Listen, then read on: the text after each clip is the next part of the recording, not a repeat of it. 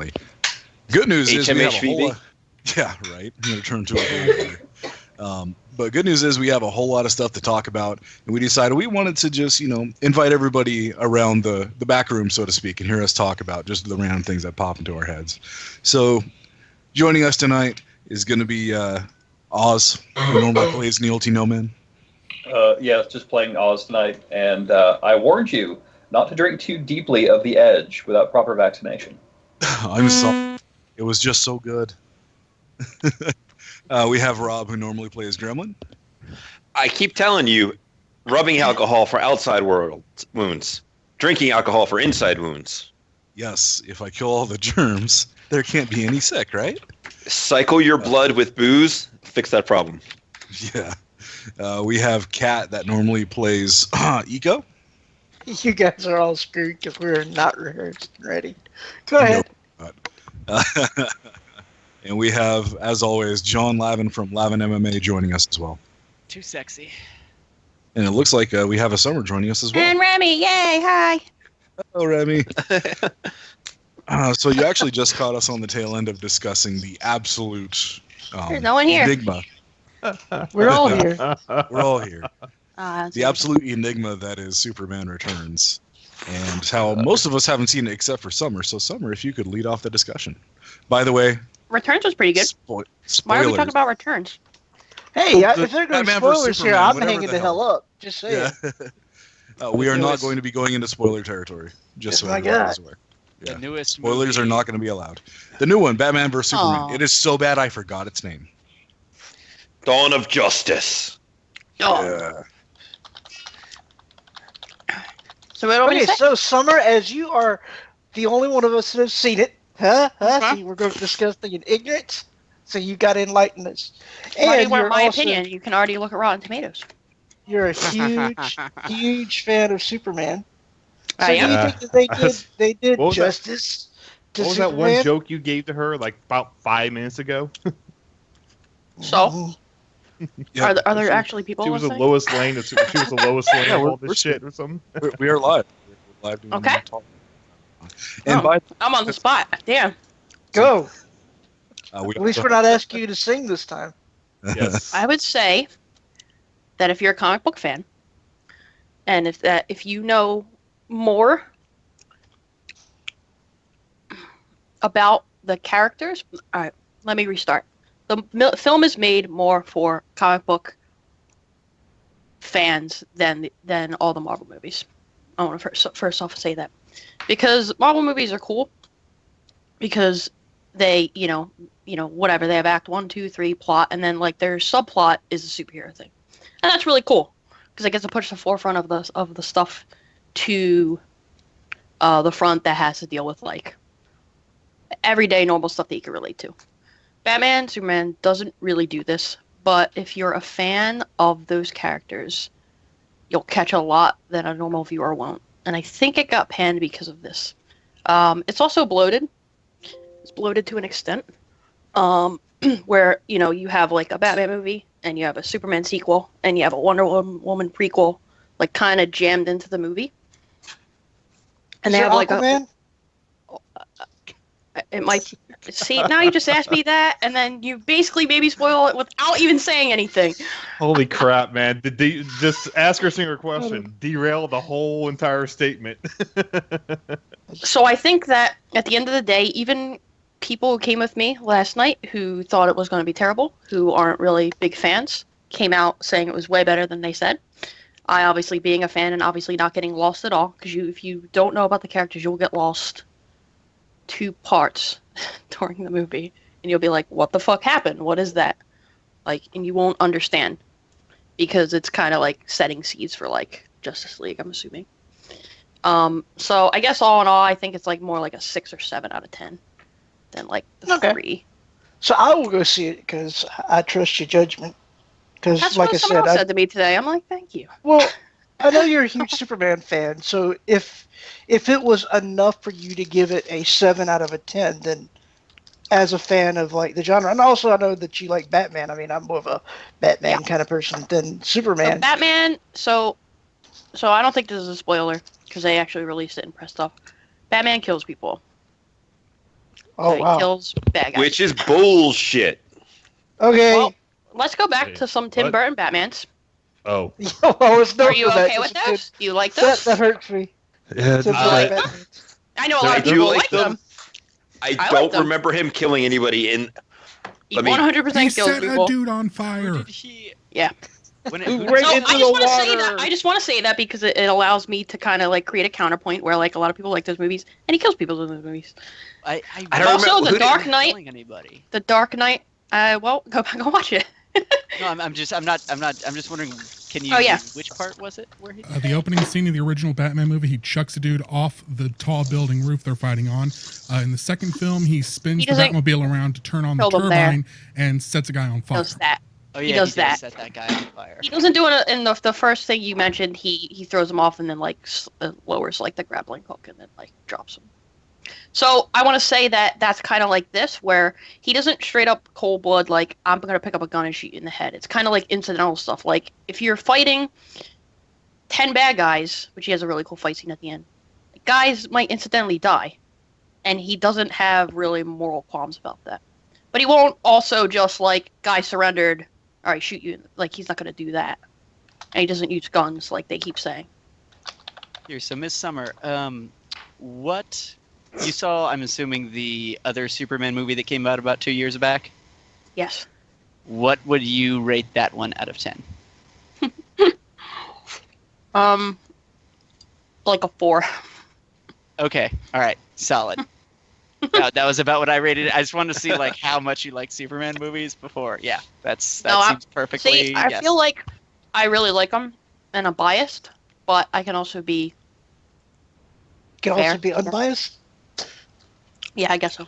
Like I can look at it and be like, "Wow, what are you doing?" Yeah, There's a I number have- of. So I don't know if you're a fan of comic book stuff. I would see it. Obviously, anybody else shouldn't see it. My topical thing is watching through the new Daredevil season. Very happy. Oh, God. no I was very- spoilers. That's kind I'm of not weird. spoiling. I'm not spoiling a damn thing. Calm down. Spoiler. I think That it came out like a week before Batman and Superman because, you know, there's like that same moral qualm in the center where like Superman doesn't kill people, Batman does. Yeah, I think it So was it kind of pretty like cool. explores that. The And by the end of the movie, he kind of changes, so you have to watch that. Like, this is Batman who's been through, again, this is not a spoiler, he loses Robin, assumingly to Joker. He loses a bunch of people, he's went through his villains already, he's like 45, and like, he's kind of just like, fucking sick of it, I guess. Oh, which one's this one? The Dark Knight Returns story? No, this is Batman Superman. Right. No, I know, but I think what they're doing is they're touching it in Oh, Dark yes, Knight Returns. Yes, exactly, and he kills people in that graphic novel as well. Yeah. So I don't think, and I also go back to Man of Steel, like not that we're talking about too much. That's like the 8th, 9th, 10th problem I had with the movie when he snaps Zod's neck. Yeah, They no, did I it mean, poorly, but I think that the idea, again, they could have presented it better, but the idea was like he pushed them to this point where like he has to kill, not only kill, but kill his last like remaining connection to his family. Except for all those people that live in like that little tiny jar in like this small Kryptonian world. Candor. See, I knew she was. See, Superman fan. He can So- go So find the Bill. only thing is, I don't know if they in that universe they have a Candor. So I don't know either. idea. I just thought it was funny to throw that in there. I'm gonna Sorry. go with they don't have it until they show me they have it. But the problem is Superman, like in older comics and stuff, he doesn't. Just like smash it. Fuck these bugs. Very, very few times he can go visit them because they don't. That's have because he the- doesn't hang out with what's his name? Ant-Man. Pym. Yeah, Pym, sure. I think that's one. I don't know. No. I think maybe Pym was Marvel. I'm a more of a Marvel guy, I admit. I mean, Pym's Yeah, Marvel. Hank Pym is Ant-Man. That I do remember. Yes. I think Oh, he was part of the I was original wrong. Avengers. Yes. I was Yeah. thinking the Atom, who is DC. Side note. Yeah. I really hope he giant mans up in the Civil War movie. He better. Yeah, I saw a thing on Imager earlier today where they had the like side by side of that big battle thing at the end of Civil War, and they pointed something out to me I didn't notice, and that Thor wasn't in it. Yeah. It's like, well, that's Why interesting. wasn't he out doing another movie? What? No Hulk? I'm out. In Civil War, no, theory you're is right. that they're mixing Well, Ragnarok That's so much bullshit. with Planet Hulk, and that's Okay, he's going to be Planet Hulk. I'm good on that. Wow. I'm on Yeah, board for I that. would like to see that movie. Hulk King. But now. I mean, So that's where they That are kinda when the makes you Civil War wonder- is happening. that kind of makes me wonder if they're actually going to bring in the Illuminati because all the other crap that's happening, like all the Marvel universe, basically separated to different movie companies. well, it's So it slowly really makes being you pulled back. I heard. Like But like Spider-Man has video been games. Oh, yeah, Spider-Man has Spider-Man, been reclaimed, and Fantastic Oh. Four will probably be reclaimed soon because their movies continue to be balls. Another thing about hold on, though. Did you see Batman that Superman? like the last Fantastic Four movie that was really weird? Did you see the No. original cut of it though? No. Yes, I saw the original one, the B movie one. No. I'm talking about Oh. so the last Fantastic Four movie that just Hard. came out Fan Four Stick. it got like a hard R rating, and so they had to go back and recut a bunch of stuff. But before, if you can find the version online that like the hard R version, it is the bee's knees. Highly Oh, recommended okay. from Krabby Labby. Wait, the new one with Miles Teller? Whichever was the most recent one. That one, the most recent one. I don't believe you. What? Man. Well, no. Okay. The thing wasn't good front to back. But the beginning part where they're on like that, they're in that crazy other dimension. I just want to say this has a 9%. Okay, no. So Now here's you the should have listened to this as I said with Man of Steel, or not Man of Steel, but No, That's the pretty movie hard. the movie as released was terrible. But there was an original like super director's cut where they didn't have all their PG-13 stuff in there. No, I mean you can literally see in the final version the lady who plays Invisible Woman, she cut her hair before they did reshoots. So she's wearing literally the most terrible wig I've ever seen in a professional film. I thought It's the wig is just that fucking wig. But before they did all the reshoots is good. Interesting. it's cool how they kind of try to do a horror movie with it. Like in the first, I want to say 45 minutes, it seemed like it was going somewhere. Yeah, that's like the R one. The whole movie is like that. So they're not really superheroes, but they're like the way it's shot and the lighting and stuff. It's like kind of like a horror movie. It's interesting. Yeah. The All I know is that that latest Fantastic Four film got a sequel canceled pretty quickly. They kind of loopered the fuck out of that one. didn't that get pushed? Its release date pushed up like a week. Which one? The Fantastic Four didn't it get pushed up a week. I think it looks like he rescheduled release a couple of times. So. I seem to remember a movie, and I think it was Fantastic Four, that their public release date got pushed forward a week. And I remember seeing that and saying, "Oh no, that's a bad sign." They also didn't have a 3D release, which now it makes sense if you're talking about all the reshoots because they would have to then reshoot it in 3D, and that would cost them a giant pile of money. Okay, I have a question for y'all, and I really want to know this: is 3D really worth it?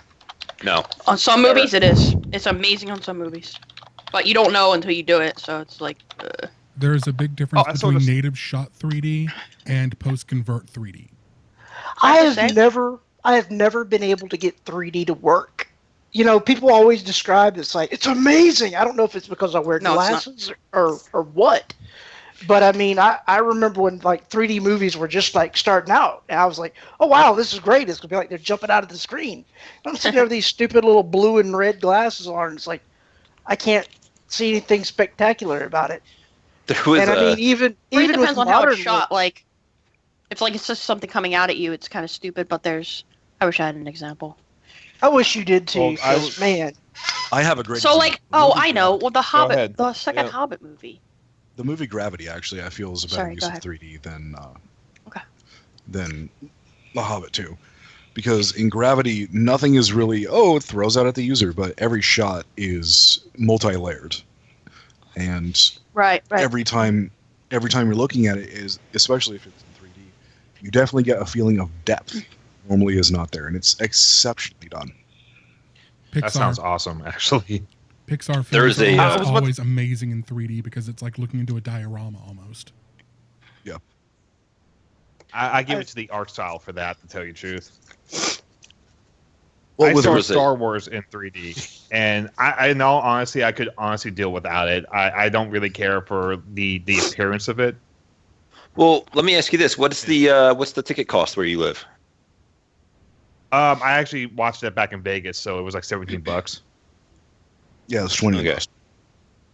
Okay. Just because I know around here it's usually like $10 or $11 for a normal screening, and then like $18 for a 3D. Yeah.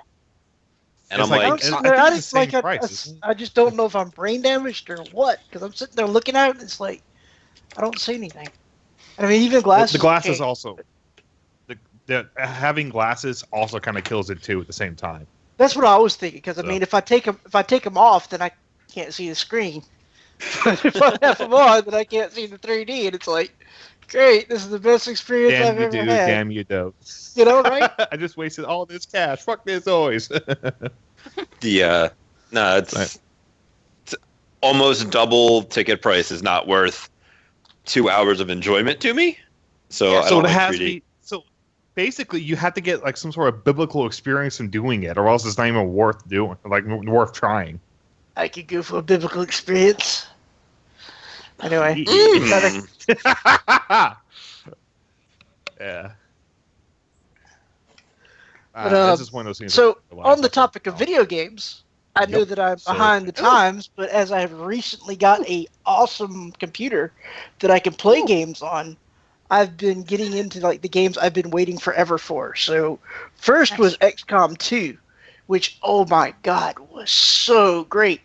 I had such a good time with that. But the new quote unquote for me is Fallout 4. And I am a terrible Fallout 4 player because I'm so excited to be able to like mod the game that I spend forever like getting all the mods the way I want them to be from like New Vegas. And then I get into the game and it's like, you know what? I'm not even interested in this story. I don't care about what happened to Sean. You guys can have him.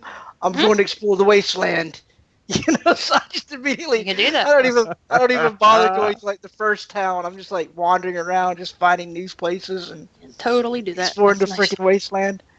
The, Go ahead. The first time I played Fallout 3, I got to Megaton. I did the quest there, and then I just kind of went out into the wasteland for about 60 hours and accidentally stumbled across the place where my dad was. I was like, oh, a new place for me to explore. Okay, go inside. Quest completed. What the fuck? Right? Quest started. I had that happen. I had that happen to me on Fallout 4 because I'm like just wandering around like, okay, this is great. I've got like this gun that I just got and I'm like fighting different enemies. And, you know, I'm not really concerned about the story. I'm excited by the exploration. I love huge sandbox games where you can just wander around and find new stuff. So I'm all about, if necessary, I'll hit like God mode. I just want to go a little further in here, and the radiation is killing me. Time to stop. But, right. Whoops. Yeah, it's like, oh, we're good to go now. But I'm wandering into this one spot called Combat Zone, and I'm like, oh, this is kind of neat. I wonder what this is. I go in there, and it's like, people are fighting me, and it's like, wait, I've got missions that completed. I didn't even know Oh. So that was like, I further into the story that I was intending to be. And so it's like, well, now I got to find out what I'm supposed to be doing, because, damn. So now I've got to kind of like backtrack to find out about the story, because it's like starting a trilogy on the second book, which, by the way, I first dragon is terrible, because it's like, wow, I'm so interested in this, and I have no idea what the hell's going on. I've pseudo-officially completed my Iron Man playthrough of XCOM 2. Like, I survived to the point where I have all of the tech and I have, like, 4 war suits and that kind of stuff and max-level dudes. It's like, I don't think I really just feel like playing through the story missions again. Yeah, it's fun to play back through, but once you start hitting the story stuff, it's like, I've done it once. I don't need to do it again. I'd rather just like post up my dudes and, you know, shoot Snake in the tits and be done with it. Well, I really thought I was going to lose it because on one mission, it was the Defend the Avengers mission that I got stuck on. not stuck, but I got caught and then had to defend the Avenger. It's like, oh shit. And, it's going on. I'm trying to get my way over to the thing. And then one of my dudes gets blown up by a mech and he panics. And apparently he didn't have any ammo in his gun. So he decided to run into cover and bomb 3 more of my dudes with a grenade that he had. And I'm like, you asshole. Panics like 3 more dudes. I lose 7 guys on the mission. I almost lose the game completely. And I had reset. But he's Iron Man. He can't. Yeah, that was what I was going to do, but it was on Iron Man. Oh God! So then I had to go into the next couple of missions with my shit tier guys and just kind of all right, just claw back into, and then I got my Psi operative up to a decent level. It's all right, whew, I'm putting this on your back. You got this, right? No pressure, right, bro? You got this, huh? You got that mind thing going for you, eh? Yeah. And as long as when I you can get psionics, it changes the game. Yeah, they are super OP. Super duper OP. I must be weird because I did not like the psyop guy at all. I was basically nothing but weapons. Yeah. It's not a thing. It's how ridiculously powerful they are. I mean, I went on one of those missions where you got to go rescue all the civilians that are in there being the terror mission, right? So I managed to mind control one of the sectoids. And I cleaned up the thing with just sectoids and snipers. It's we're good to go.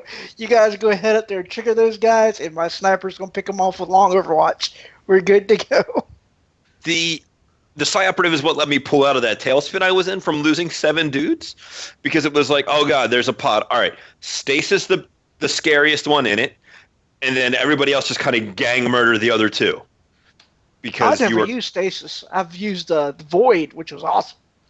Void was awesome. No, Stasis I use all the time. It's oh, there's a gatekeeper, so here's what's going to happen. I'm going to shoot it with 5 men, and I'm going to stasis it. And then next turn, it won't be doing anything, so it'll come back around to me, and I'll shoot it with 5 men again. And stasis doesn't end your turn when you use it. So, in a bad situation when I pop 2 pods, and it's oh god, it's stasis 1 man, dominate the other. All right. I'm now down to 4 enemies, and I have 7 dudes. I've never had that bad happen. I won't ever play Iron Man because I am.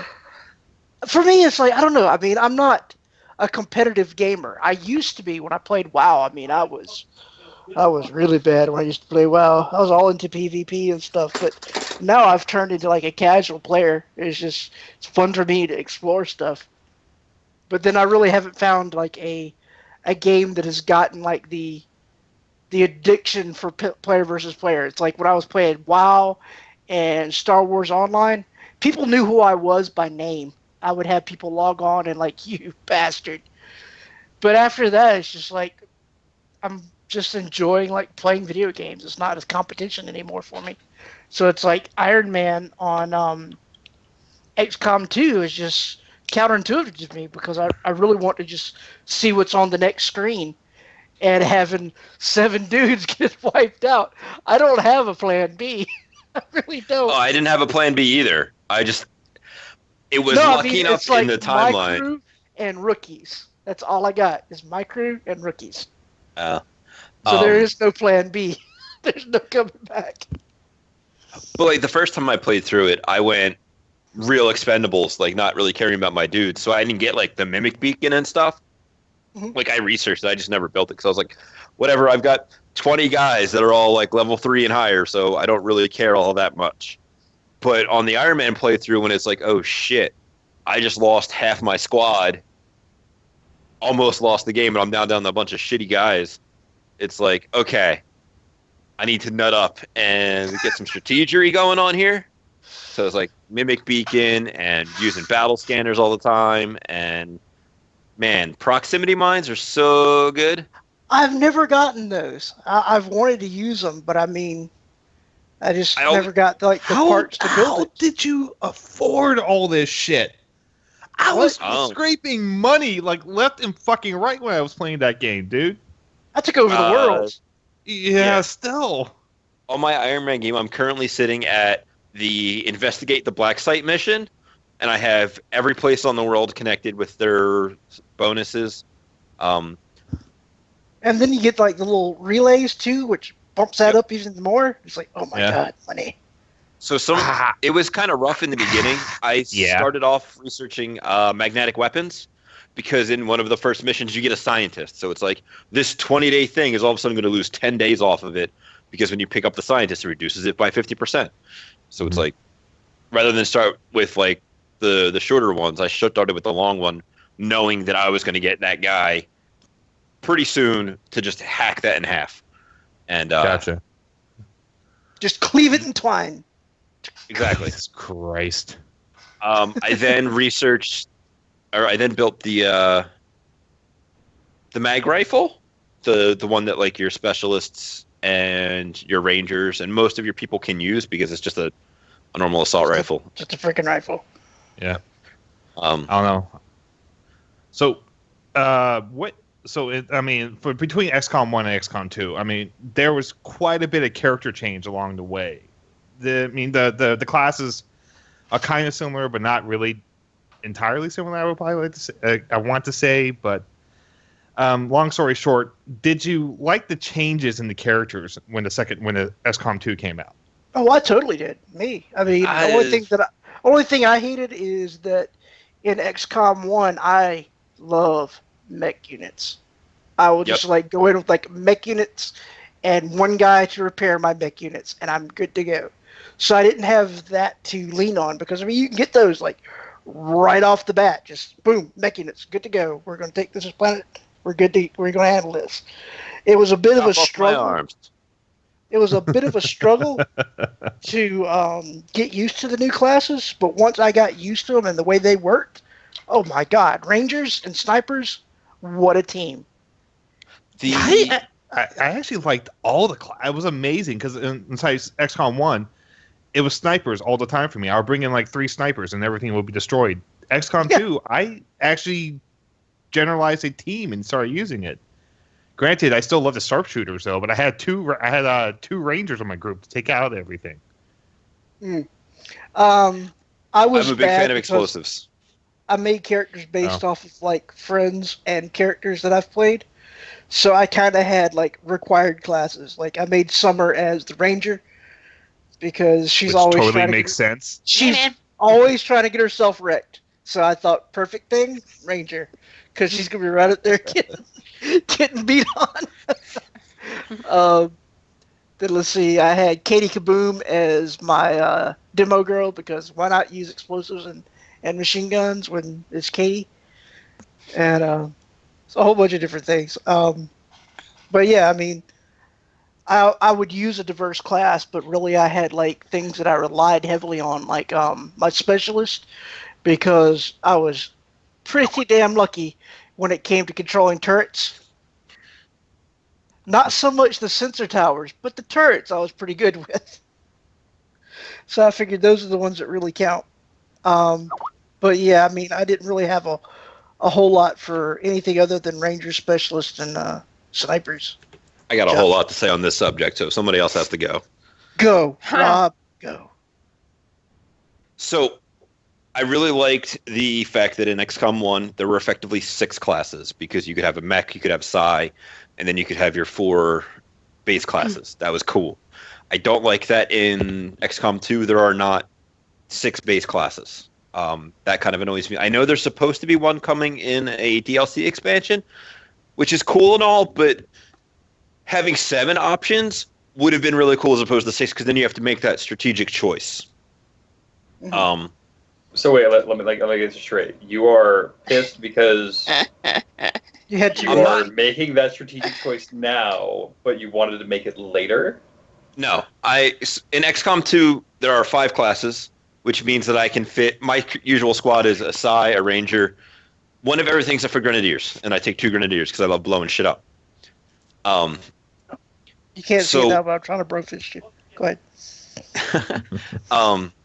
If they had started the game with 6 classes in it, you could just take 1 of each, and it would be cool. And then introduce the 7th class as DLC later, but instead it's just 5, and it'll go up to 6. So I'm kind of... It's like, I would have rather had 6 classes in the base game. For 2,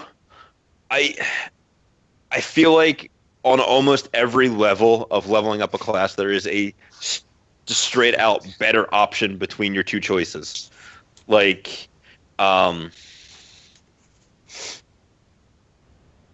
Rangers, you're good at Rangers. Explain them. On Rangers, your option on level 1 is 2 extra damage on all sword attacks, and sword attacks are actually really good. Or when the squad is revealed, you stay concealed. Okay, one of those is lame.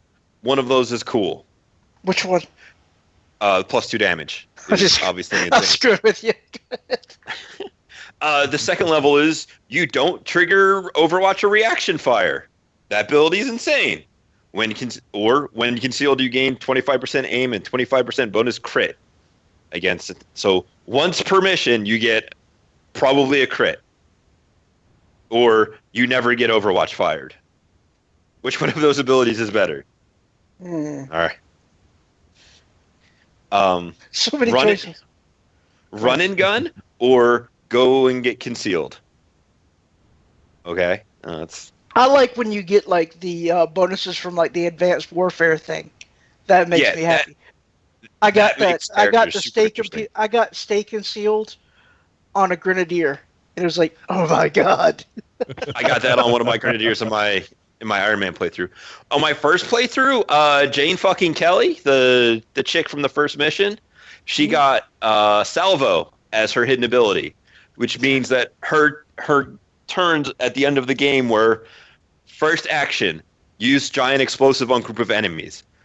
Since I have salvo, it doesn't end my turn. Use Reaper, sword all enemies to death. Since I have implacable, I believe it is, you score a kill, you get a free bonus move, so it's explosive, sword everybody to death, go into cover. It was insane. But like on the Serial was fucking nuts. That ability right there. I actually got down on my engineer. I was really kind of unhappy. I really wish that happened on my ranger. But anytime you kill somebody, your turn does not end, and you just keep killing. Well, yeah, that's what the Reaper does for rangers. They just sword attack all the dudes. But like on grenadiers, it's like I can shred armor or I can have a point of armor. As a level 2 ability, which one of these is significantly more important to me? Well, being able to kill the 1 and 2 armor guys that show up is pretty important. The chain shot. Gotcha. The chain shot or volatile mix. Well, unless you're making a dude specifically to blow up all the things, chain shot is way better. See, that's where I have to disagree. I went with the explosives because, my god, I love being able to catch people in a high blast radius. Oh yeah, no, it's super good, especially because I think it works on your heavy weapons too. Uh-huh. But it's like there are 2 ways I use grenadiers. I use one as a support, like I used to use the heavy in XCOM 1, which is all shredder and hollow targeting and suppression. Like their job is to make it easier for everybody else to kill a man. Which is why I take 2 grenadiers, because one is a support, the other one is heavy ordnance for extra grenades, volatile mix for bigger grenades, salvo for bigger booms, and then their objective is just to destroy everything. Yeah. But then, like, the specialists, I can use a gremlin to remove a negative mental status effects, or I can mind control robotic enemies. Which one of those is significantly better? Oh, no doubt. Mind-controlled robots. It was like, oh, God. First time I ran into an enemy mech, I'm like, this isn't even fair. This isn't even close to fair. Because they just started annihilating my guys. I was like, no, this is not cool. After that, learned my lesson. Gonna mind-control them whenever I see them. You will be my pet. Yep. And it's great when you can mind control them, because then they are aggro to the people around them, so those guys spend their turns running from them in the cover or shooting them. So who cares? So it feels like there is a large, yes, you have these 2 options for most of the classes. Most of the times one ability is straight better than the other.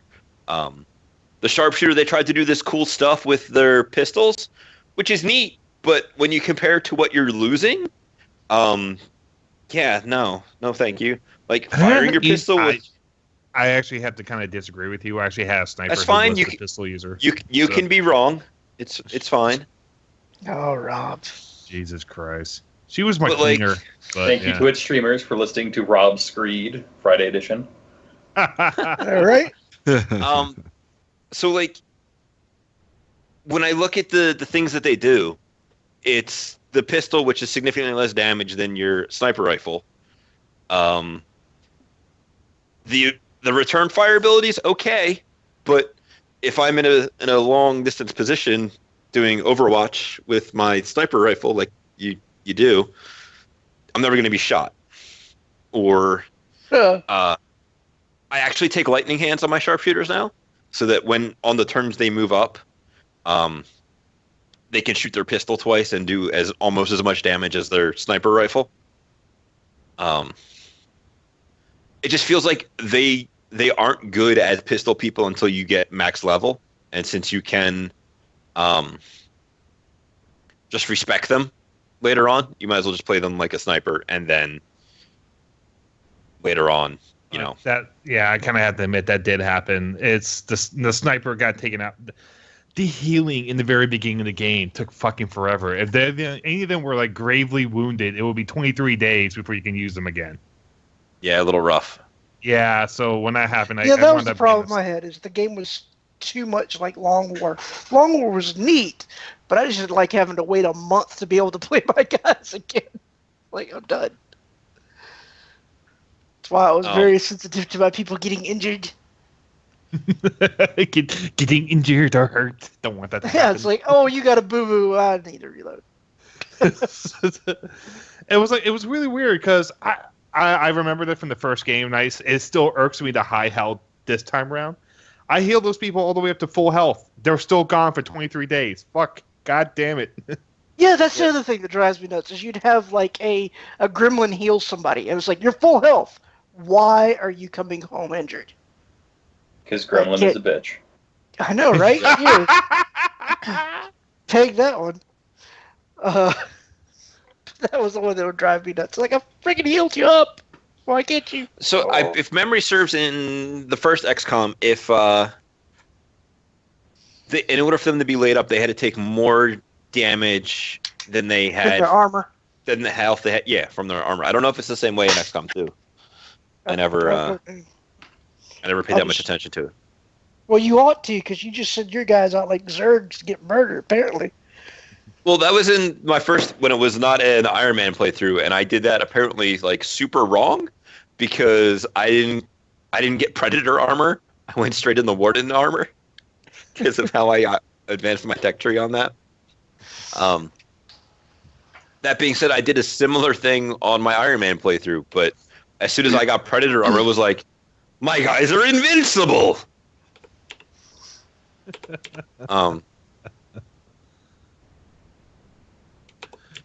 so yeah, no. I think we can. XCOM 2, if you definitely have a chance, do try and play it. It's one of those things where you have to play it kind of tactically, but you can kind of rush it if you want to. It's going to be a hard playthrough, though. Speaking of games you should try, there's the Humble Bundle. Apparently has This War of Mine. Oh my God, yes. Guys! If you haven't played it, play it now. What? This War of Mine. Things about War of This Mine.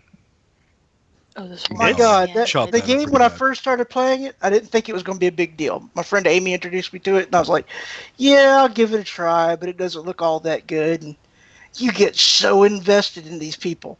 It's like, oh, you died a hero. You went out and tried to save somebody, you died a hero. But damn it, I needed you to come back. Now the community's all sad. There's a version of another type like that is on Steam called Sheltered, which is one that I have also, and it's like a lower end game of it. You're playing a family that is inside of a fallout shelter after the big boom, and that one doesn't really suck you in as much as this War of Mine, though it is still good. But man, I played this War of Mine. I didn't complete it. I couldn't complete it. I need to call bullshit on you for Sheltered, because it is one of those crappy graphics games that I know you like to yell about. Yeah, see, that's the thing is it was a gift, and I was like, okay, I will try it. But I mean, it's not the graphics don't draw me into it. It's like just the challenge of it all. But it's also it's a side game. It's not like something that I spend a whole lot of time in. Like I played it and I haven't touched it in like a few months now. But it's not like Shadowrun Returns, where A, does not follow the Shadowrun rules, B, didn't follow the Shadowrun lore until they made it into official. Thank you so much, Catalyst. But it just aggravated me that, with all the innovations that we could have, like a new game, like something that is like The Division, which I hear is awesome. It's pretty great, yeah. Yeah, so you're gonna probably something get like that a whole for spiel Shadowrun from the would be rest kind of of us. cool. Or The Last I of would Us. say if I had access to the engine behind The Division and I could actually make a Shadowrun game out of it, I would do that in a heartbeat. Like I would if Lockdown was that engine and that kind of thing, then yeah, I would play that game. Yeah, Lockdown to me is just like a better graphics, and that is just that it is just better graphics than Shadowrun Returns, but it feels like the same thing to me. Only it's like an MMO as opposed to like a first solo game. But, that's just me. Yes. So, ta-da! Lockdown. I don't. Which Lockdown are you talking about? Shadowrun, Boston Lockdown. Oh, that. Okay, I gotcha. I forgot about that. Right. It is the Shadowrun that we speak of not because we didn't want to deal with it. The game company also bankrupted itself pretty quickly. Oh, that. Yeah. There were such high hopes, but nah. I don't understand why there were high hopes, because that same company made Jagged Alliance Online, and I played that game. And Jagged Alliance Online had all of its sound files ripped directly from Jagged Alliance 2. And that's some straight bullshit. I'm like, you are recycling 10-year-old audio files, the same portraits, like all the same characters even came back. And I'm like, you're giving Shadowrun to these people? Do you realize what you're doing? And they didn't. So I knew flat out from the start it was going to fail. It was going to fail terribly. Well, it's not that they knew it was going to fail. They knew it was going to make them some modicum of money. And I think that's really where the decision was. They didn't care who made it as long as it was cheap and fast. And I will say was not what they had. They took like an extra year and a half to make it. So yeah. No, I'm just saying the initial not reason. A video game. Yeah. Right? Yeah. No, I'm saying that was the original impetus for why they went with them, but it turned out to be not bad at all. Yeah. Going back to the how many people here has actually finished Division? I just got my second character through the main storyline today. Holy shit, Oz! I have yet to play it. So yeah, can you just respect why you? Well, yeah, you can respect, but I'm just like, I've got 4 open character slots. Why not use them? I mean, sure. The drawback to the Division is, it's not like you get like a cool storyline class like you would with like right. Star Wars: The Old Republic or World of Warcraft or something. You're going to go through the same story, but it allows you to do different builds as you're going up, or you can just like twink that character out, get to 14, and just hit the no man's land that is the Dark Zone until you're Dark Zone rank 99. Wait, what? Hold up a second. I had to stop you right then and there. I'm wondering, like, you're saying that how you respect your character. The problem was though that I have in this game is that there really isn't like something from like WoW where you make like a healer all the way up, or you take a fight, or you take the warrior, or you take the wizard, or you take all that, and you don't really get that for the Division. There are no base abilities whatsoever. Like you start out, everybody's got the same quote unquote stat block. Everything is built off of gear. This isn't World of Warcraft. You're right. It is more like Diablo 3, and you get on Reddit and everybody's talking about all the similarities between Diablo 3 and The Division. The Division is a loot shooter. Mm-hmm. And I mean, you shoot bads and money comes out, and then items come out, and if the item is gold, that is good, and if it's not gold, then it is bad, and you should feel bad. It's like I'm sorry, I was on Reddit. Slash. Yeah, it is. I mean, Borderlands has the advantage of having a freaking amazing story, and that it just doesn't take itself seriously. And to their credit, they've got great licensing on the music, but the Division is like, if you remember, you use flanking, you use actual like mobility and flanking tactics, and you shoot your guns, and you're good at shooting people in the face, then you'll do well in the Division. But people say that the Division is 80% PvE, 20% PvP, and they're right. Like, you are missing probably about 20 to 30% of the game if you don't go into the Dark Zone, but it's by no means necessary. It's fun to play with small groups of people. Well, isn't there also a situation, at least this is my understanding, that there is no reason to go rogue, like no actual palpable reward for doing it other than being, the other side, the antagonist? So up until Tuesday, that was correct. Like, the penalties for going rogue in the Dark Zone were so much more than not going. So nobody went rogue because you lost too much. You would lose 10 to 12 hours of progression if you got ganked by going rogue. And then Tuesday, they dropped a patch and said, oh, we're going to go ahead and change that.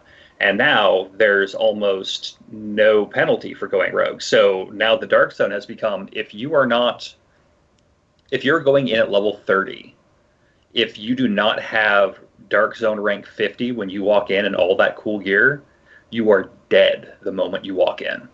You are an ibex in a land of jackals. Wow. That sounds unfun. That sounds terrifically unfun. I've not gone through that, to tell you the truth.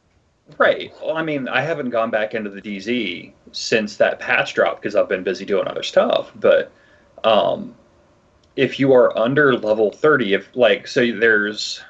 there's brackets. There's the 1 to 14 bracket, and then it goes in brackets of 5 levels up until you hit 30.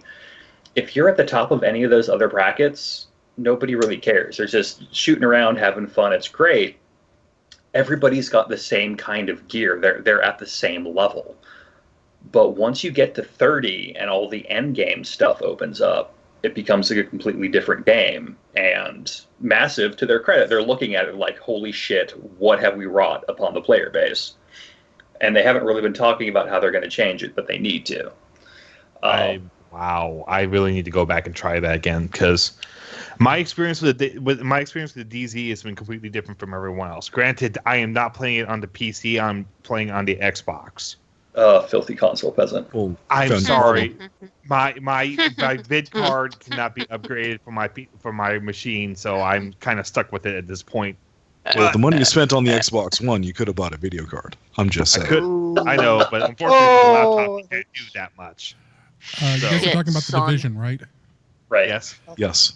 I have seen playthroughs online of people playing on PC with top-of-the-line systems, and they're still having 20 frames per second on that game. You're only getting 30 on the Xbox, so there's no difference. Yeah. Right. They're doing something wrong. The patch that dropped, one of the large problems that people are having is there's a huge memory leak for PC when the patch dropped. So they're still working through a lot of these issues that, I mean, it's typical with software development. You fix one thing, it breaks something else. I have a crap tier video card. Everything works great for me. I'm pulling an easy 40, 60 frames, but the graphics aren't at 1080p like a lot of the hardcore gamers are running at. So here's a question I have. Is it based on the environment on how people react? So again, I'm playing in the Xbox. Level 30, everyone's at the same thing. Granted, my DZ level is like 18 at this point. Mm-hmm. We there's not very many people going rogue. Or at least you don't see like the droves of people doing all that. If a player goes in there by himself, there's a little bit of like, like a tip of the hat to you as they just leave you alone. They won't go after you. I never really seen that much, dickery afoot, essentially. But is it a different thing inside the PC market? So maybe there's a little bit more people acting like, oh, well, this will be fun. Let me go do this. I've had both experiences. Because I don't partner with people when I go into the dark zone. So I'll roll in there.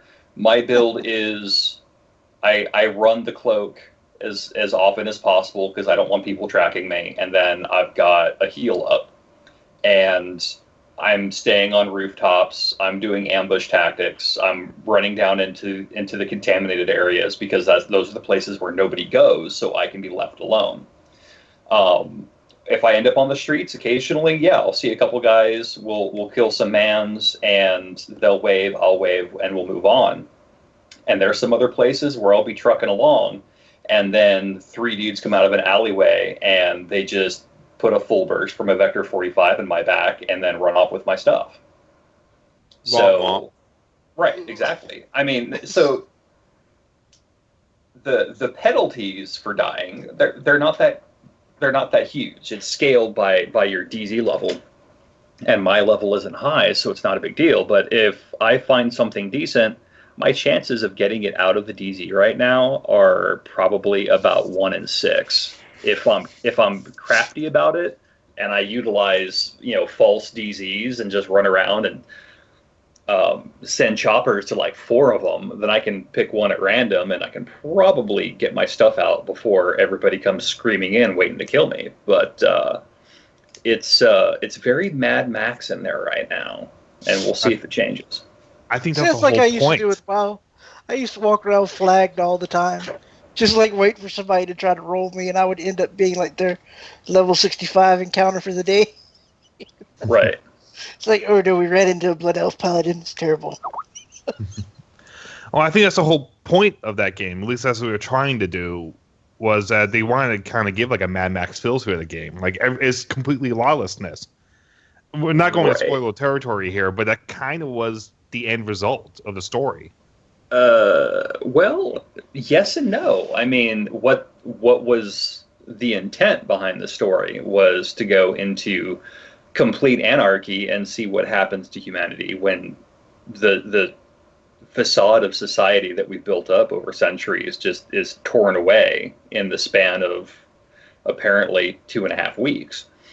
But at the end, you show that that facade of society was being rebuilt story-wise. Now you go into the dark zone, and it is dog eat dog. This is a place where absolutely there are no consequences. There is no authority except what you make for yourself with whatever sidearms you've got. You hear that, people? We got some philosophy on this shit. Right. But I mean, that's why I like the Division. It's not for the PvP and all the other stuff. It is, I like that sociological aspect. I'm seeing, like, I'm walking around a decently accurate New York, and there are a bunch of people who have their own motivations for committing treason against the United States government, which is not the best government, but it's the one we've got. And you're inflicting your own authority and trying to reassert that authority and doing what you think is best. And ultimately, you are trying to help the people, and all the other factions in the game, they honestly are trying to help themselves. They're trying to help themselves, and that's why they are wrong and you are right. Is because your murdering spree and your looting is for the greater good, and theirs is for the lesser good. It's like, what was it? APB. I used like APB Reloaded. Right. There is no fun quite like driving your van into the front of a store and just stealing all the stuff you could grab out of it, throwing it into the van, and then have like the cops show up, and then you got to get into a quick fight and hopefully get to your van before they kill you. It was great. I miss the old APB back before Real Time Worlds bought it, but It was a very well-made game. The problem was that a lot of people were expecting it to be GTA when it was actually rolling shootouts, and people weren't ready for that. I wish that they would release their character generator as like a standalone. I would buy that in a heartbeat, just because that is the most amazingly detailed character generator I have seen in a non-Korean game. Because I mean, we can't. I'm not saying anything bad. I mean, because Korean games are amazing for the detail that they put into like character creation. You can make your character look exactly like you want it to be. But they're all fantasy games, whereas APB Reloaded is like a conventional game. So, provided you're fine with your character wearing a wife beater and some prison togs, you can make a pretty neat character picture for those of us that are artistically disinclined, right? For like role-playing games. But if they made that for like a standalone thing, I would buy that in a heartbeat. I would be saving up all the money I could put into it here. Fine. Interesting that you would mention that, because APB's character builder is actually sold to pretty much every studio over in Korea that uses the old Unreal Engine. Huh. The more you know. Because I mean, you can like shape your eyebrows and like your forehead, and it's like, oh no, my cheekbones need more sculpting. And if you think that the one from Fallout 4 is detailed in that respect, oh god, APB is even more so. I can spend like hours just in character generation making the person look exactly the way I want them to look, and still not be happy. But anyway, I'm obsessive about my character's looks, I guess. Even though I'm never going to see them from the front, unless it's like a kill shot or something. Right. I've always tried to make my characters look interesting from the back, because that's the only piece I'm actually going to see. I can see you rotate your character around. All right, well, let's see here. The shoulders look right. Okay, I need a little more spine in this one.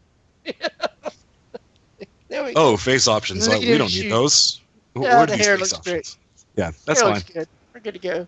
That's all I did. Is like I could play with the scars and things. I'll pick a hairstyle and how's your butt look? Turn around, check it out. All right. No, not for me, man. I'm sitting there like, I want this scar. It's like, okay, no, I can give this guy. All right, so I got like a black eye on this one. So that's kind of cool. And yeah. So Fallout 4, my person answers the door with a black eye. It's like, hello, Vault Tech. It's good to see you. Yes, I would like to go into the vault with my abusive spouse. Thank you so much. Forever. I tried doing that for a couple of things. I want to say I tried using either Skyrim or Mass Effect 2 to make a portrait for a Shadowrun character, but then I just gave up. I was like, nope, I don't care enough anymore. I'm pretty good about finding art online, but I'm satisfied now that I found an artist that can do work within my budget. Let's pimp him. I'm looking forward to him out. Who is this artist you speak of? Okay, well, he is a guy that he messaged us on the Runner Hub asking if he could advertise his art on the hub, and we can't really allow people to do art on there. But this guy, his name is Ethan, and he's got several posts on Shadowrun about art that he's done. And the stuff that he does is amazing. And it's like $20 for a commission because he's trying to get his name out there. Shameless plug. You're probably not even listening. Let's link him in the show notes. Yeah. Seriously, let's link him in the show notes. Go ahead and type out the contact information, like his Reddit/art on the thing. Toss it into the Skype for everybody. Yeah. So here's the guy's Skype contact. But if somebody would put it out on like the notes to look him in our Shadowrun, oh my God! I mean, it's like $20 commission. Let's see what his name is if I can look at it. It's like XCENTUMX. Centibucks? I don't know. Centum X. Yeah, Centum. That's him. It's like $20, and he does some fantastic work from what I've seen. But like I said, he's trying to get his name out there with various people that are trying to do character drawing so he can increase his portfolio. And I was telling him today, I was like, no, you need to like advertise on DeviantArt. You need to go to Fiverr.com. Maybe you can get some advertisement there.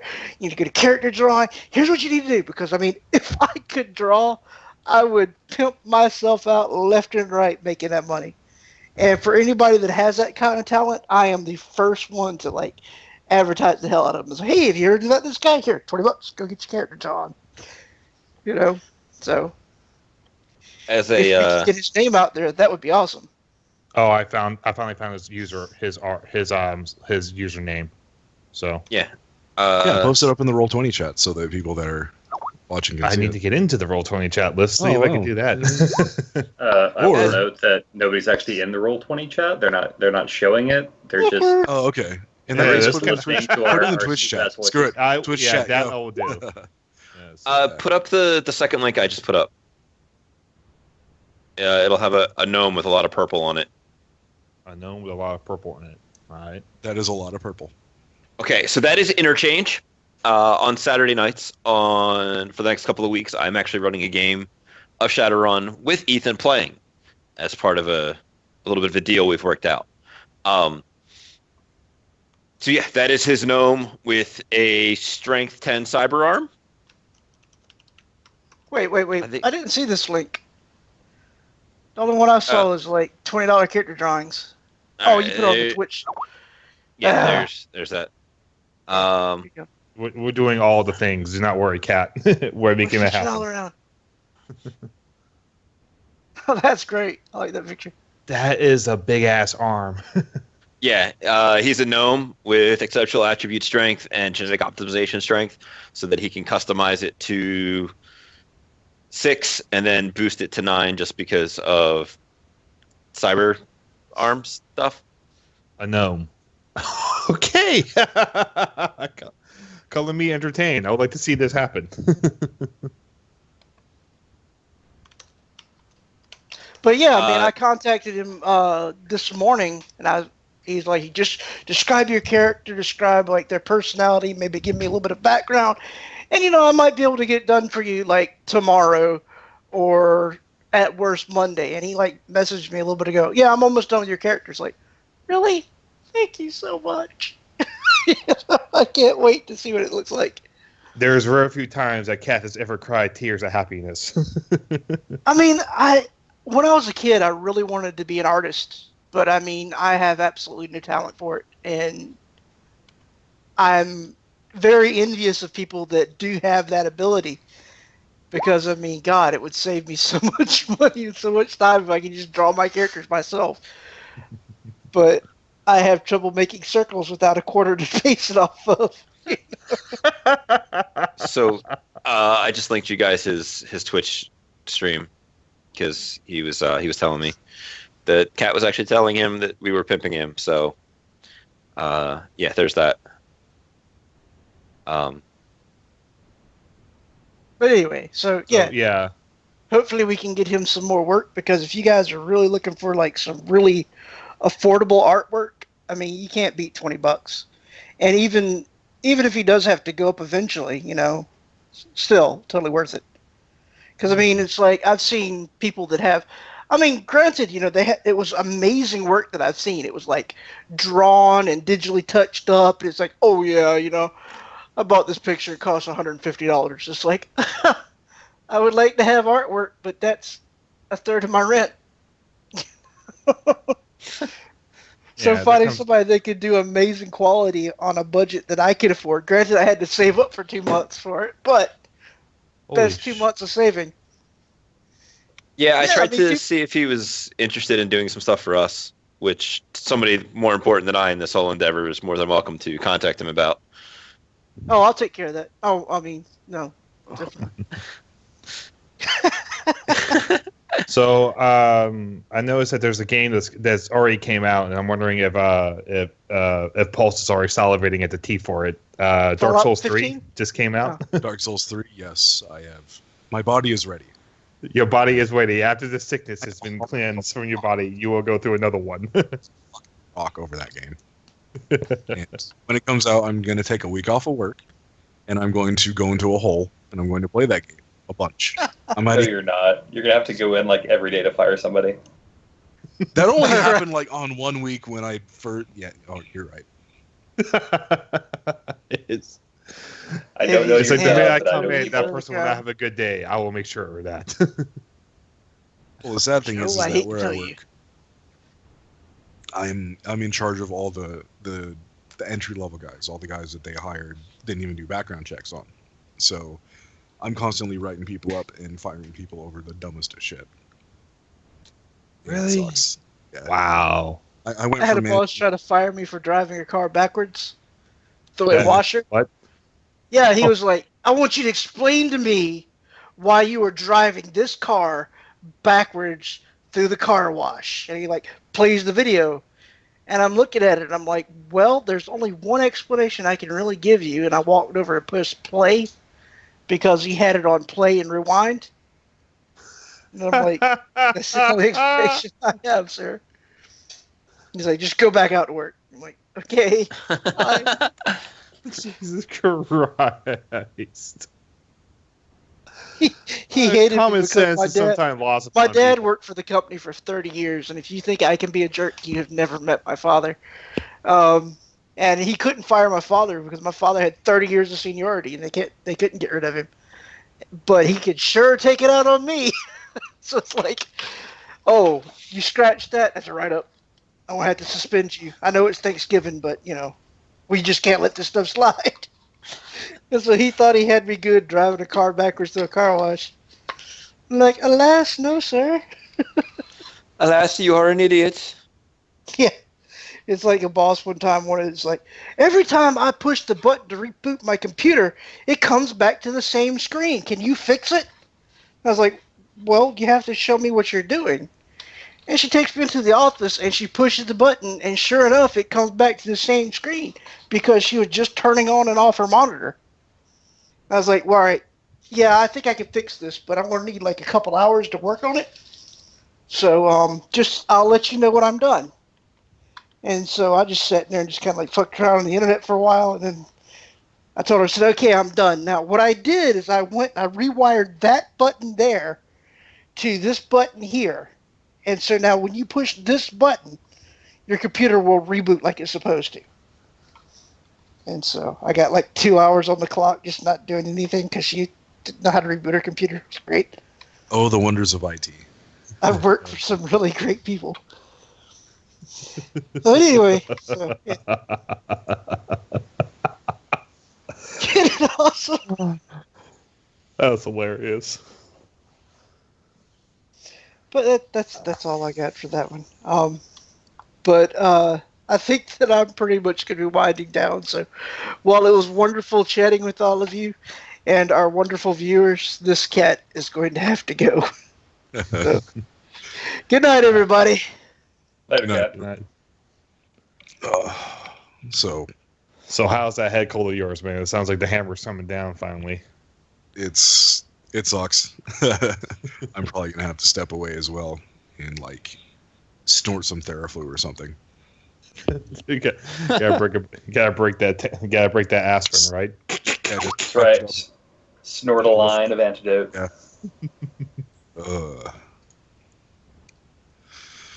But yeah, I think that is going to be it for tonight. Unless you guys have another topic you wanted to touch on. The only topic I thought was never mind. We can always discuss that later. So Okay. the order to keep the audience with bated breath. The thing I was talking about, what a long time ago, we talked about doing like a Payday 2 sort of thing. I remember that. And then I remember that as well. And then all the badness with Payday 2 happened, and that kind of got. It did get sidelined, yes, because of the badness of Payday 2. Now, did they fix the badness of Payday 2? I heard they went back and actually kind of fixed it. They kind of fixed it, but because... Okay, so the chief issue with Payday 2 is that they were on record stating multiple times they would never go to microtransactions because that's some bullshit. They want to sell content. They'll spread that content out. You'll pay out the nose for it, sure, but they're not going to do this box and key bullshit that CS:GO did. and then they turned around and did that exact thing. So there's a lot that a gamer can forgive, but if somebody promises that they're not going to go into the microtransaction bullshit and they turn around and do it, you got no faith in them. No. Every other promise that they make is now suspect. It's suspect. It can't be taken at face value. It is worth the electrons they're printed on. And because of that, and I enjoyed Payday 2 a lot. It is, it is my first-person Hitman simulator. I can sneak around and ghost around and steal a bunch of shit, and that's fantastic. But every time we're about to get off, we have another one that comes up. Right. But no, it's that we're going to have to look at something else. I'd love to get folks together to do The Division or something, but I guess we'll see. Yeah. I think what to tell you too. We just broached the subject. The Hitman 3. I mean, the new Hitman that just is coming out. Actually, part of it actually just came out. Yeah. I don't fucking understand why they did this. I understand they wanted to bring out something. They promised that something was going to come out at this point in time. But to only to give out like the first two, the first 3 levels of a game, that doesn't make any sense to me. That is executive meddling. They're seeking to regulate their revenue stream over the next 12 calendar months because IDOS Interactive is only got 2 big things right now, I believe, which is Deus Ex and Hitman. And oh boy, that's God damn it, Oz. Stick on subject, please. Do not make me answer the question. So, but Hitman is my love. I love it. And Blood Money was by far the best. Absolution was all right. I was a big fan of Absolution. This Hitman, they tell me, is as good as Blood Money, which has me salivating. But I'm still waiting until the whole thing is released because that's some bullshit that I'm going to have to shell out $15 for 2 missions, $15 for 2 missions, $15 for 2 missions. Yeah, that seems concerning terrible, to say the least. Yeah. Right, and that's got me hesitating. It's got a lot of people hesitating. Well, I can tell you right now, when they announced that, I decided I wasn't going to buy it. Yeah, that was the same thing with me. Right. I will wait until I'm it comes not up one for $15.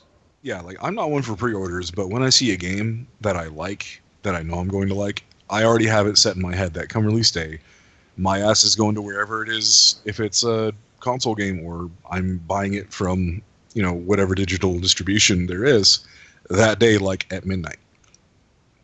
Right. I want a game that is so if one whole like game. I do not want pieces of a game. That's essentially the same as Gensemer. Yeah. Except you get it back because you never spent it. You're cutting out pretty bad, man. I have a question for you guys about this. Mm. If they had marketed as, here is, for $15, you get the game, which is this one level plus the multiplayer, and the DLC is, if you pay us an additional $40, you get a season pass, or you have to pay $10 per episode each month for the next year. Would it affect how you're feeling if they marketed it the other way around instead of saying, here's the full game, or you can buy it piecemeal? So before Oz goes on a tirade that I know is coming, if it was a new series, like how they did The Walking Dead, Game of Thrones, Tales from the Borderlands, how they did that. Telltale Games. Yeah, if they did it the Telltale Games way with a new series, I'd be a lot more okay with it. Whereas Hitman is a franchise that has existed for a while. So purposefully chopping it up to sell it in a rob you of your money situation, I would be less happy with. Go Oz. Okay, so you've asked that question. I will answer with another question. How did Metal Gear Solid Ground Zeroes go? Like not the Phantom Pain, the one before that, which was just basically one large level, and they shelled that out for like $20. Like, that pissed people right the fuck off. So everybody should have learned from that, especially because it took them forever to bring Metal Gear Solid 5 in after they did that first piece. So if you're gonna give me the damn game, Give me the whole thing. I mean, we're already at the point where I'm shelling out $60 for a game, and then you're turning right around to me before release day and telling me, here, if you spend another $50 to $60, you can have the season pass, and that gives you all of our DLC for 1 year. Like, why the fuck am I paying $120 for a game that 3 years ago I was paying $50 for and I was getting all of it? How about I just wait until you come out with the Ultimate Game of the Year edition this time next year, because all y'all motherfuckers are impatient as hell, and I'll get the whole damn thing for $30. Winner, Oz, every time. Now, Hitman did not do that. It is $69.99 retail price, and that is including the season pass for all the stuff. Ugh. Or $59.99, sorry. Yeah. It's $59.99 for the game, and then you also will get every level as they're released. Right. No. So this actually falls into a business strategy that only works for really small dev studios, indie games and the like. This is basically early access for a AAA game, which I'm going to be frank, having worked in the AAA industry and knowing the money they throw around, is unfucking acceptable. It is absolutely unacceptable that you, a AAA publisher, selling me a AAA game, cannot give me a completed game on release date. Either shit can the game or push back that release date. Do not sell me early access at a full price. And well, I mean, that's what XCOM 2 did. They saw they weren't going to be done. They pushed back the release date. It made a better game. I understand that, like, going back to what they've got Hitman, they've got Deus Ex. Those are the two big ones that I know of, and both of those have been dragging. So, throwing out the one level, okay, great. Frankly, you should have thrown that out for like free, like the Absolution Sniper Challenge, and let people whet their appetite with that, and let that build the hype, and then you've got the rest of the game, and you tack on 2 levels on the end that are going to be just as bitchin' as the rest of them. But don't charge me $60 and say, okay, well, here's the first course, come back in 6 months. And there's a lot of people who actually starting to dislike that episodic gaming setup too. There's a lot of people out there. I mean, I like the Tall Tale games, and we briefly just talked about that, and I'm starting to notice that Square Enix is going to do that with Hitman. There's a point in time where we wanted to be able to sit down. We want to know the whole entire storyline. If you're trying just to set up, like rooms for people to play through, here's this mousetrap, try to fix it. Fine, go with that. There's actually somewhat of a story inside this. Don't break it up. Give it to us in one go, please, for the love of God. Right. So. Yes, and their other dev studios are doing similar things. Like, for instance, Square Enix is doing the episodic releases for Final Fantasy VII Remake, which that killed all of the hype that game had. Wait, it's going to be episodic? Yeah. Yes, they're releasing Midgar as the first part of the game, and then they're going to release like Calm all the way to like Junon. And then they're going to release Costa del Sol to wherever that is so bad. Yeah, that killed all the hype. They ruined the biggest cash cow they've had in a while. Hey guys, what has everyone been wanting from Square Enix since day one? A remastered HD Final Fantasy VII and Final Fantasy VI. And 7. No, not 6. I much rather play 7. What did they take I'm sorry. a decade to get us? This. And what did they do? Put it on a giant middle finger. Sure did. Seraph, I'm going to have to ask you to leave this call now that you said Final Fantasy 7 over 6. But the problem is I never had a Super Nintendo when I got older, so to me, 7's much better. There's the divide right there, is whether or not you played 6 prior to 7. Like, 7 was good, but... when it comes to... I'm going to tell you guys something. You go probably just be straight up pissed with me. But 6 had a better story, but 7 was a... that was purchased by... Final Fantasy Tactics is amazing. Yes. So the big thing that it had was Final Fantasy VI was on the Super Nintendo, which means that when 7 came out on the PlayStation, it had been I don't even want to look up how many years in between the two for technology to progress. So that is what people, it's like, it's your first girlfriend, basically. Which is why so many people are not all over Final Fantasy VII. Oh my lord! I think we had the discussion earlier about nostalgia cutting so deep. I think that's the reason why there's so many games out there. It's just like people absolutely going nuts for it, like Stardew Valley. And I think the reason why I don't care that much about Final Fantasy is my first Final Fantasy game, aside from the first one I was a little kid, was 8. Oh, and 8 was garbage. That was wow. That was a terrible Final Fantasy for your first venture into the world. All y'all are lucky I've got my headphones on, because if Miss Oz heard you say that, she just like reach through the microphone and throttle all you motherfuckers for that. Well, that's another divide that I'm noticing, is that primarily female gamers love 8 because it is a romance story, and male gamers don't.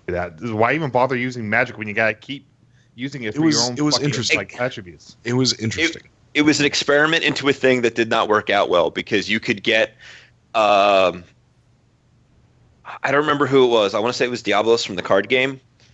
You could get like Junction Attack off of him, and then you could just one-shot literally everything through the first 2 discs. Yeah, I think I ended up doing that, just sitting there grinding out draws for ages in combat, just until I maxed it out, just so I could sit there and played straight through, never had a problem in any combat ever whatsoever until I got to the final of the parade at the end of disc 1. Oh, and then time travel. And disc 2 glitched on me, and I never got to finish it. Fucking time travel is never a good thing for your story, except for Chrono Trigger. Yeah, I was about to say, Chrono Trigger is the only one that did it right. Yeah. Seraph, have you played Chrono Trigger? I have played Chrono Trigger, however, I did not appreciate the experience because I played it on a phone. That is one of those games. You know, they've got emulators now. I know they have emulators. However, it requires me to sit down in front of the computer and play that instead of all the other options I have at this point in time. So that is one of those games that I like to go back and play once every couple of years because it's just that fucking good. Yeah. I enjoyed Final Fantasy IX. I did not.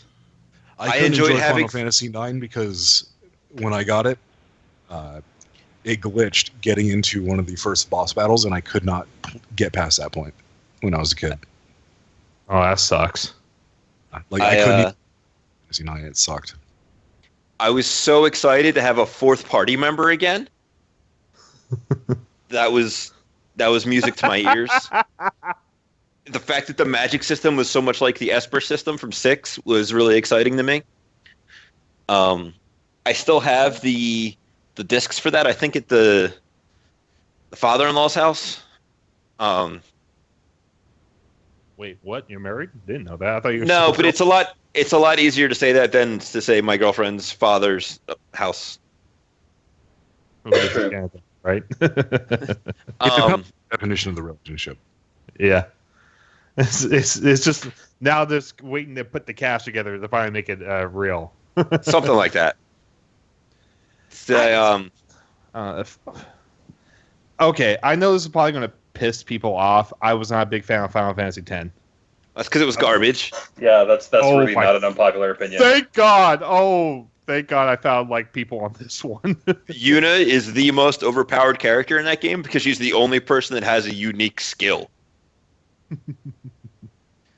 Everybody else is like, oh, I've got a couple of teleport spheres. All right, now everybody knows the most busted abilities.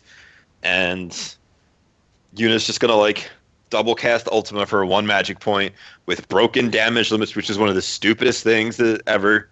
I killed the end boss in 2.5 actions. It was dumb. Slow your roll, buddy. Yo, I've got some bad feels. All right. I worked at GameStop for a couple of years. Oh, that. I know, you've got the PTSD. I understand. I got a little bit of that PTSD, especially when people would come in and talk about, oh my God, I loved X2 and Barbie dress up. And I'm like,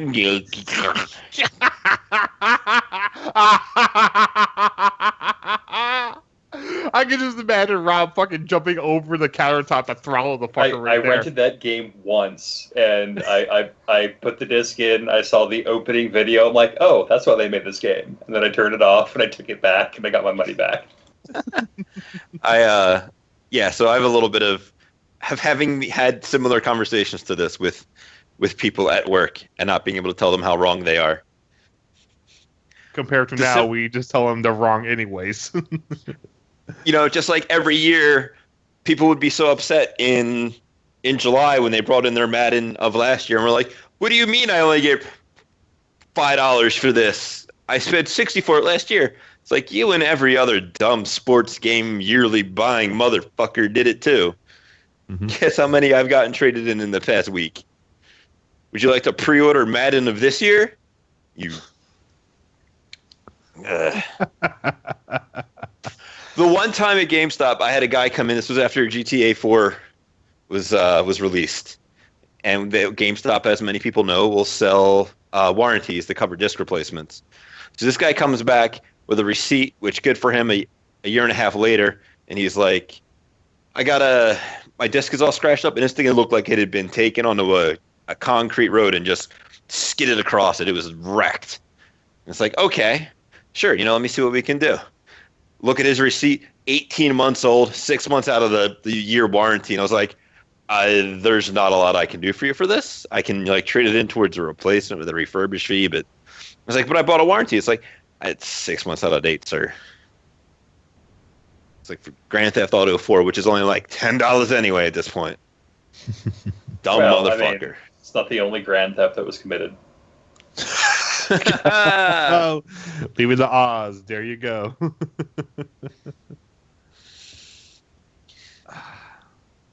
old extended warranty trap. So the cool thing about extended warranties is if you actually use them, they're worth it. Yeah, but if you're in a situation where you're in a year destroying your physical media to the point where it is unreadable, you are a barbarian and do not deserve good things. Or you're an attempted con man and stole someone else's destroyed Grand Theft Auto and thought you could roll yours into it. Mm-hmm. That is a different story. That is intentionally trying to buck the system, and I'm okay with that as a Shadowrunner. Right. But yeah, no, it's That being said, the couple of times I've been in there since no longer working there for a couple of years, they've apparently gotten a lot better. They are no longer forced to beat you over the head for subs and reserves, which is great. That's a lie, because the last time I went in there, I actually had to leave and just shut the guy to shut up as I was walking out the door when I was asking about when a release date was. That strikes me as something strange for you. Why would you not just Google it? Well, you see, because I was driving somewhere and I saw GameStop and I was stopped at red light and I looked at GameStop and my head started doing that wheel turny thing. I was like, oh yeah, when is that? Well, GameStop's right there. Let's go in and see. You fool. You interacted with the outside world. I did. I'm never making that mistake again. It may be because you're in it may be a districtal thing. Maybe, I don't know. But they used to want a 20% reserve ratio and a 10% subscription ratio when I worked there. Wow. So it was like 1 out of every 5 assholes they wanted you to harangue into pre-ordering a game. And if people canceled reserves, it counted against you. That's what they were for there. Yep, that's like, yes, I'd like to reserve these 5, and then 10 minutes later, no, I'll cancel those, and they just stare at me with hate. If you did that and you had 2 different people, one person would get 5 pluses on their reserves, the other person would get 5 minuses, and their numbers would show independently. That's glorious. Yeah, it was some bullshit, and there were definitely times where like you start off your day and somebody comes in and it's like, I gotta cancel my reserves, and you're like, because you just got shot in the face. And then you try to talk to them into pre-ordering something else. They're like, I'm moving to another state. And it's like, I got nothing. There's literally no way I can try to upsell you into something else coming out when you're going to be in a different state in, a week. Yeah, and then 2 weeks later, they walk right back in the store. I know that excuse. I've used that excuse before. It's pretty glorious. That being said, there are definitely a couple of times where a couple of customers that when they came in was great because you know that this person was actually here to talk about games and you could talk to them about stuff. But that was obviously the few and far between.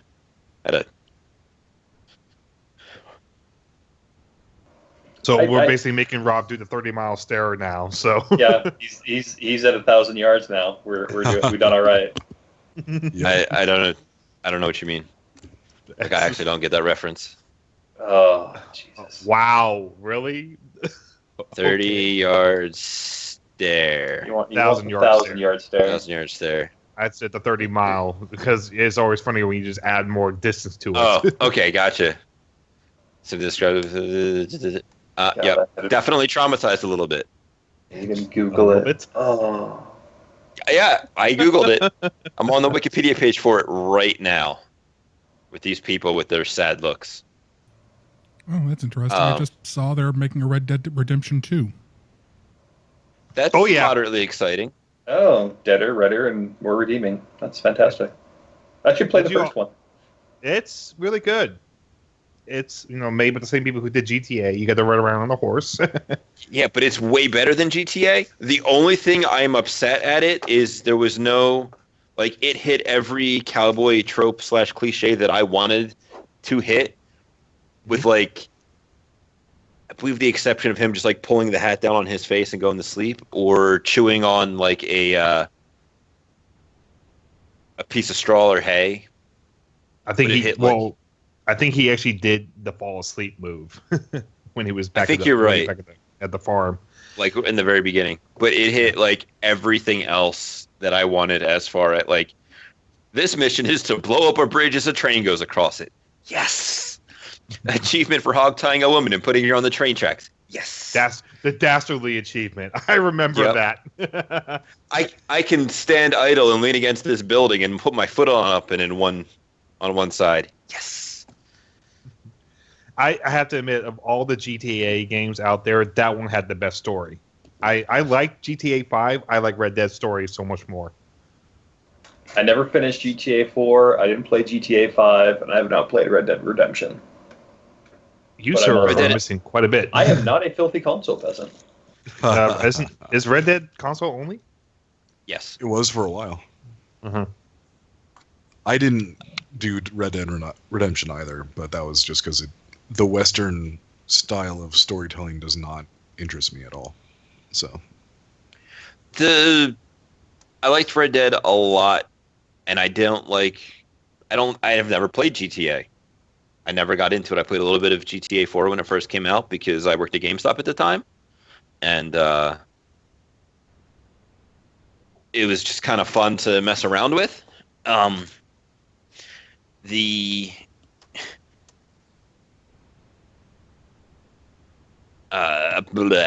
Words fell apart there.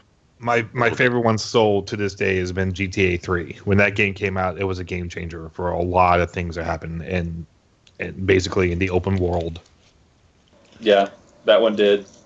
Vice City was better. San Andreas was best. Vice City had the storyline, and it really, really kind of made it fun. But 3 was just the best one. I actually thought 3 actually had the best gameplay. Vice City was revolutionary in that it got big name voice talent to voice the protagonist, which doesn't happen all that often. And then there was an extensive amount of voice work done. And a lot of the games since then have been utilizing that. They were the ones who basically prestige first that one. Yeah, Vice City was the first game that had above 90% voice acted rate for all main characters. I mean, that wasn't a small indie game. That's why Vice City was so huge, at least for why people flocked to it so much, because it was the best experience around for actually immersing yourself in the world. I mean, this is on top of them capturing the aura of Vice Miami fucking on point. Just 80s Vice Miami too, Jesus. 80s as fuck. Yeah, there was nothing not 80s about that game. I honestly thought the white lines were cocaine the whole entire time. I thought someone would take a sniff. Well, the thing is, they just couldn't animate someone actually doing that.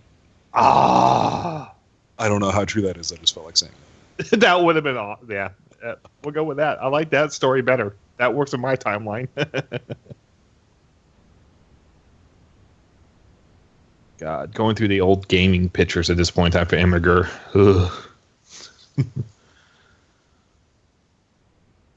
Either way. So, GTA 5 is out there. Everyone, if you can, if you want to put your money down, play it. At least the storyline is actually entertaining enough, and there's enough tropes inside there to basically kill a lot of things. If you're a fan of what I jokingly call fuck around simulators, GTA is one of the best. Yeah. Second only to Just Cause 2, because Just Cause 2 was literally made to be a fuck around simulator. I'm just amazed Just Cause 2 hasn't brought its way into Shadowrun sooner or later. Because you're nothing but terrorist. Or even Shadowrun. Yeah, it keeps trying, but we keep shutting it down. That's what they call the Baron pursuit. Yeah, basically. Anyways, it is coming up on 2 hours, and I think that the conversation has come to a close. Thank you very much, everybody, for coming on. Thank you very much, listeners, those of you that are listening to the recordings, watching it on YouTube. I appreciate your time greatly for what is absolutely a non-standard session of Gamers Tavern Plot Resistance. So thank you very much, everybody. Don't forget to like, subscribe, do all that social networking. Huzzah! And we are also now on Patreon at patreon.com/Gamers Tavern. We are now on Patreon at patreon.com. Holy crap. Gamers Tavern. Oh yeah, baby. Everyone, we enjoy the help you're going to give us. Feel free to plonk some money in the beer bucket. We'd be more than happy to say thank you. And I'm sure Darryl's got a list that I'm going to have to thank after every episode, but I will be happy to do so. So thank you very much, everybody. And until next time, may all your hits be crits. Well, that all happened.